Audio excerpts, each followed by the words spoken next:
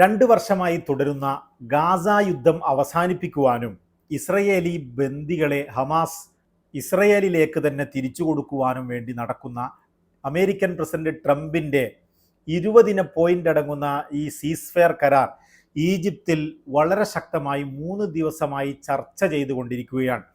3-ാം ദിവസം ഇന്നലെ അമേരിക്കൻ പ്രതിനിധികളും ഇതിൽ ജോയിന്റ് ചെയ്യുകയും ചർച്ച വളരെ നല്ല വിജയത്തിലേക്കാണ് പോയതെന്നും ഈജിപ്ഷ്യൻ പ്രസിഡന്റ് പത്രമാധ്യമങ്ങളോട് പറയുമ്പോൾ ഈ ചർച്ച എനിക്ക് തോന്നുന്നത് സാധാരണ രീതിയിൽ നിന്നും വിഭിന്നമായി വളരെ ശക്തവും വ്യക്തവുമായ എല്ലാ പഴുതുകളും അടച്ചുള്ള ഒരു ചർച്ചയിലേക്കാണ് ഹമാസും അതുപോലെ തന്നെ ഹമാസ് ഈ മീഡിയേറ്ററായി പ്രവർത്തിക്കുന്ന ഈജിപ്തും അതുപോലെ ഖത്തറുമൊക്കെ അടങ്ങിയിരിക്കുന്ന സംഘവും മറ്റുമൊക്കെ പ്രതീക്ഷിക്കുന്നത് യാതൊരുവിധ ചതിയിലും പെടാതെ മുമ്പ് കഴിഞ്ഞുപോയ സീസ്ഫെയർ കരാറ് പോലെയല്ലാതെ എല്ലാ പഴുതുകളും അടച്ചുകൊണ്ട് പരിപൂർണമായ സമാധാനം ഗാസയിൽ കൊണ്ടുവരുവാനുള്ള ഒരു നീക്കത്തിലേക്കാണ് ഇതിൻ്റെ ഇടയാളന്മാരായി നിൽക്കുന്ന രാജ്യങ്ങളും നേതാക്കളും ശ്രമിക്കുന്നത് എന്ന് തന്നെയാണ് അന്തർദേശീയ മാധ്യമങ്ങൾ വായിക്കുമ്പോൾ നമുക്ക് മനസ്സിലാക്കാൻ പറ്റുന്നത്. അതായത് വളരെ വ്യക്തമായി പറഞ്ഞാൽ നമുക്കറിയാം,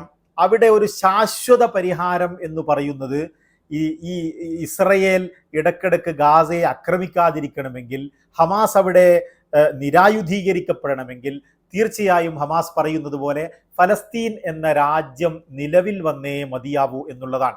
ഹമാസ് ഇന്നല്ലാതെ അവരുടെ ആയുധങ്ങൾ ഉപേക്ഷിക്കുവാനും മറ്റുമൊക്കെ തയ്യാറാണ്. പക്ഷേ അത് ഫലസ്തീൻ രാഷ്ട്രം ഉടലെടുക്കുന്ന ദിവസമായിരിക്കുമെന്ന് അവർ വളരെ വ്യക്തമായി പറയുന്നു. അതുപോലെ തന്നെ ഈജിപ്ഷ്യൻ പ്രസിഡന്റ് ഇന്നലെ പറഞ്ഞത് പ്രകാരമാണെങ്കിൽ ശാശ്വത പരിഹാരം ഫലസ്തീൻ രാജ്യം ഉടലെടുക്കുന്നതോടുകൂടിയായിരിക്കുമെന്നും അതുപോലെ അത് ഉടലെടുക്കലോടുകൂടി എല്ലാ രാഷ്ട്രീയ പ്രശ്നങ്ങൾക്കും മിഡിൽ ഈസ്റ്റിൽ പരിഹാരമുണ്ടാകുമെന്നും ഈജിപ്ഷ്യൻ പ്രസിഡന്റ് വളരെ വ്യക്തമായി പറയുകയാണ്.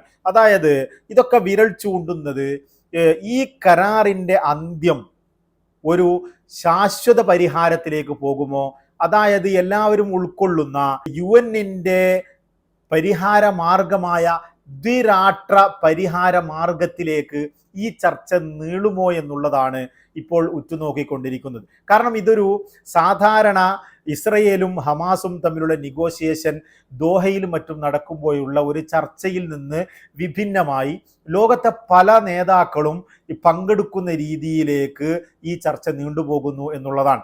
അതായത് നമുക്കറിയാം, ഇന്നലെ US-ന്റെ പ്രതിനിധികളായ സ്റ്റേവ് വിറ്റ്കോഫും അതുപോലെ തന്നെ ട്രംപിൻ്റെ മരുമകൻ ജാരിദ് കുഷ്നറുമൊക്കെ ഈ ചർച്ചയിൽ പങ്കെടുക്കുവാൻ ഈജിപ്തിൽ ജോയിൻ ചെയ്തു എന്നുള്ളതാണ്.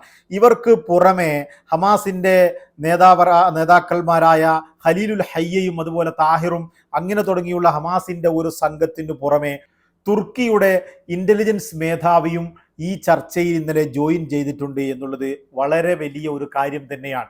അതായത് നമുക്കറിയാം, ഈ ഹമാസ് ഈ ചർച്ചയിൽ ഉള്ളതോടൊപ്പം തന്നെ സാധാരണ രീതിയിൽ ഗാസയിലെ വിഷയങ്ങൾ ചർച്ച ചെയ്യാൻ ഹമാസ് മാത്രം മതി എന്നുള്ളതാണ്. എന്നാൽ ഈ ഈജിപ്തിൽ നടക്കുന്ന ഇപ്പോഴത്തെ ഈ സീസ്ഫെയർ കരാറിൽ ഈ ഫലസ്തീനിലെ മറ്റു സംഘടനകൾ കൂടിയായ ഇസ്ലാമിക് ജിഹാദും അതുപോലെ യാസർ അറഫാത്തിൻ്റെ സംഘടനയായ PLOയുടെയും അങ്ങനെ തുടങ്ങി ഗാസയിലെയും വെസ്റ്റ് ബാങ്കിലെയും ചെറിയ ചെറിയ ചില ഫലസ്തീൻ വിമോചന പ്രസ്ഥാനങ്ങളായ ചെറിയ ചെറിയ സംഘടനകളുടെയൊക്കെ നേതാക്കൾ ഈജിപ്തിൽ എത്തിച്ചേരുകയും ഈ ചർച്ചയിലേക്ക് പങ്കെടുക്കുകയും ചെയ്യുന്നുണ്ട്. ഒരുപക്ഷെ ഗാസയിൽ മാത്രം ഒതുങ്ങി നിൽക്കുന്ന ഒരു ചർച്ചയാണെങ്കിൽ ഹമാസിൻ്റെ നേതാക്കൾ മാത്രം മതി എന്നുള്ളതാണ്. എന്നാൽ വിപുലമായ ഫലസ്തീൻ രാജ്യത്തെക്കുറിച്ചുള്ള ചർച്ച കടന്നു വരാൻ സാധ്യതയുള്ളതുകൊണ്ടും അതിലേക്ക് വിരൽ ചൂണ്ടുകയും ചെയ്യുന്നത് കൊണ്ടായിരിക്കാം ഇത്തരത്തിൽ ഫലസ്തീനിൻ്റെ എല്ലാ പ്രസ്ഥാനങ്ങളുടെ നേതാക്കളെയും ഈ ചർച്ചയിൽ ഉൾപ്പെടുത്തിയിട്ടുണ്ടാവുക എന്ന് തന്നെയാണ് ഞാൻ മനസ്സിലാക്കുന്നത്.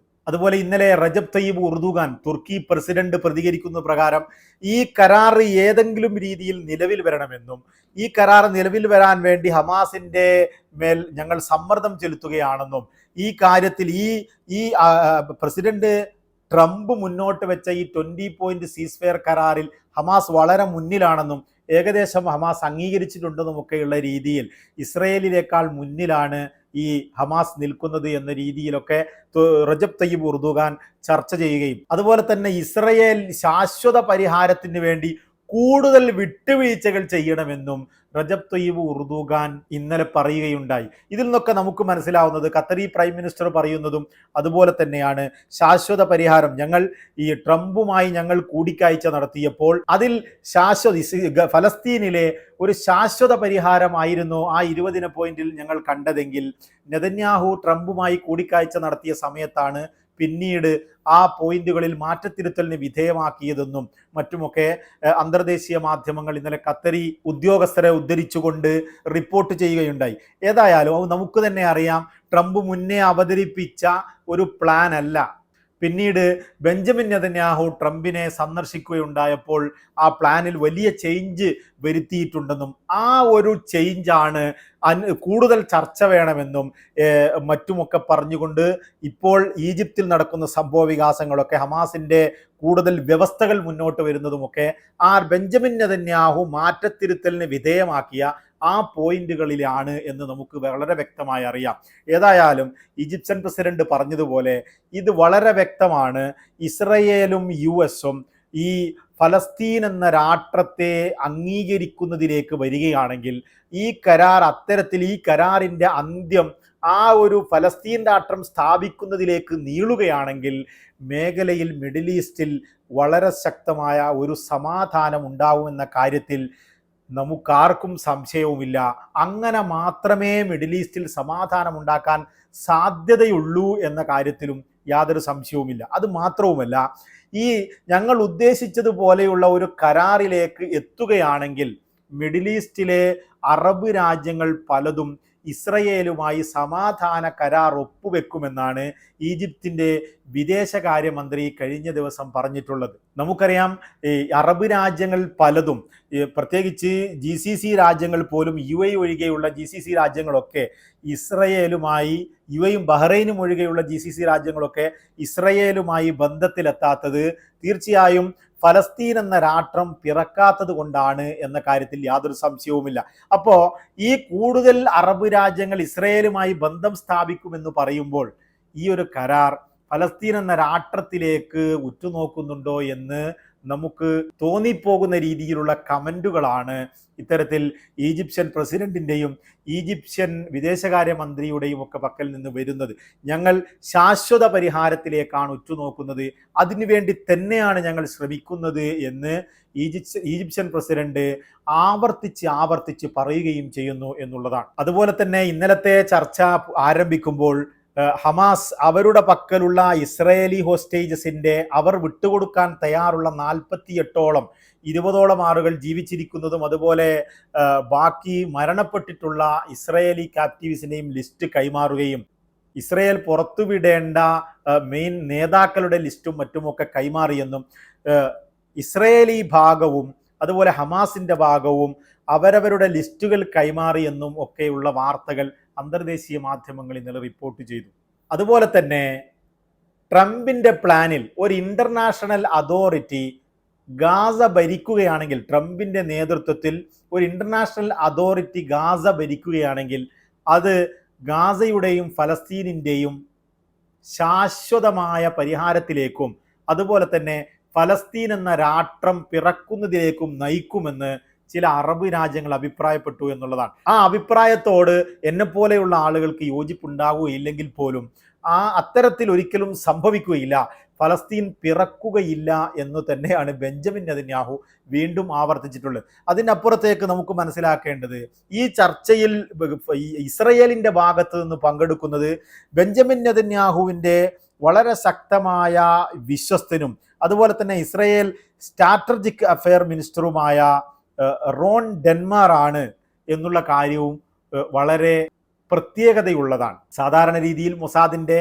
ആളുകൾ മാത്രം പങ്കെടുക്കുന്ന ചർച്ചയാണ് ഉണ്ടാവാറുള്ളതെങ്കിലും ഈ അമേരിക്കൻ പ്രസിഡന്റ് മുന്നോട്ട് വെച്ച ഈ 20 പോയിന്റ് കരാറിൽ ഈ ബെഞ്ചമിൻ നെതന്യാഹുവിൻ്റെ ഏറ്റവും വിശ്വസ്തനും ഇസ്രയേലിൽ ഒരു മന്ത്രിയും തന്നെ നേരിട്ട് പങ്കെടുക്കുന്ന ചർച്ചയാണ് ഈജിപ്തിൽ നടക്കുന്നത്. ഹമാസിനെ ഈ ചർച്ചയിലേക്കും ഈ കരാറിലേക്കും എത്താൻ വേണ്ടി ഹമാസുമായി ബന്ധമുള്ള അതുപോലെ തന്നെ തുർക്കി പോലെയുള്ള ഖത്തർ പോലുള്ള രാജ്യങ്ങൾ പ്രഷർ ചെയ്യുകയും അതുപോലെ ഇസ്രയേലുമായി ബന്ധമുള്ള ജർമ്മനി പോലെയുള്ള രാജ്യങ്ങൾ ഇസ്രയേലിൻ്റെ പേരിലും ഈ കരാറിലേക്ക് എത്തുവാൻ വേണ്ടി പ്രഷർ കൊടുക്കുകയും ചെയ്യുന്ന ഒരു സാഹചര്യത്തിൽ ഈ കരാർ ഒരു ശാശ്വത പരിഹാരത്തിലേക്ക് നീങ്ങുന്നുണ്ടോ എന്ന് തന്നെ നമുക്ക് സംശയിക്കാവുന്നതാണ്. അത്തരത്തിൽ തന്നെ സംഭവിക്കട്ടെ എന്ന് നമുക്ക് പ്രാർത്ഥിക്കാം. അതുപോലെ തന്നെ നമുക്കറിയാം, മുമ്പെങ്ങും ഇല്ലാത്തതുപോലെ ലോകത്തെ യൂറോപ്പിന് പടിഞ്ഞാറൻ രാജ്യങ്ങൾ പലതും ഈ ഫലസ്തീൻ എന്ന രാഷ്ട്രത്തെ അംഗീകരിക്കുകയും ഇക്കഴിഞ്ഞ UN ജനറൽ അസംബ്ലിയിൽ ഫലസ്തീൻ രാജ്യത്തെ UN-ന്റെ 2 സ്റ്റേറ്റ് സൊല്യൂഷനെ അംഗീകരിച്ചുകൊണ്ട് അതുപോലെ തന്നെ അതിന് അനുകൂലമായുള്ള പല പ്രസംഗങ്ങളും കേൾക്കുകയും ചെയ്തവരാണ് നമ്മൾ.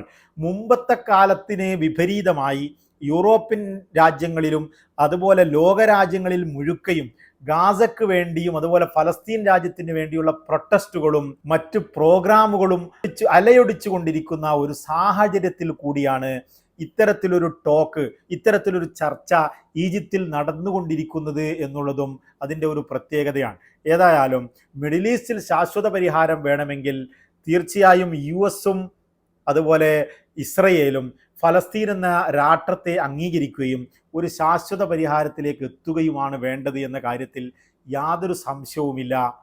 തൽക്കാലം വിട, നമുക്ക് വീണ്ടും കാണാം.